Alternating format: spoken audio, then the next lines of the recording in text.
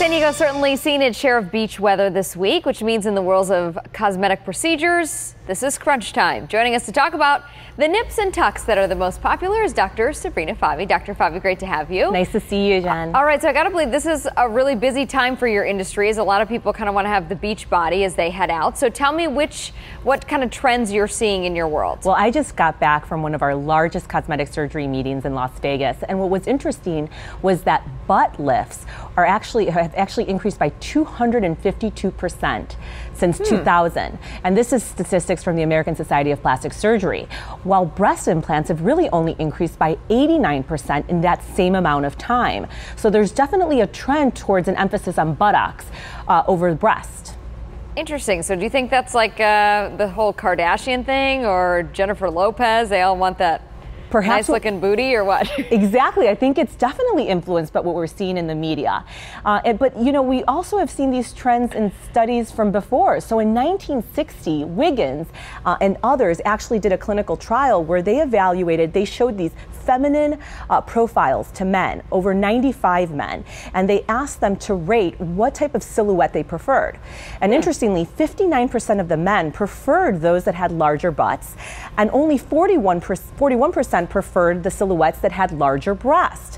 When they evaluated the demographics of these men as well as their personality types, what they found was that the men that preferred the breast that were larger usually were men that also preferred sports magazines, had more masculine interests, and dated more frequently. While those that preferred more butts or larger butts were men that tended to be a little bit more academic, they tended to be business majors, they tended to be more orderly and neat, and they weren't so psychologically minded. So there's definitely something that we've been seeing for a while. Yeah, I'm definitely, Dr. Fabi, in this segment, not even looking at Andrew or Jason here because they're laughing.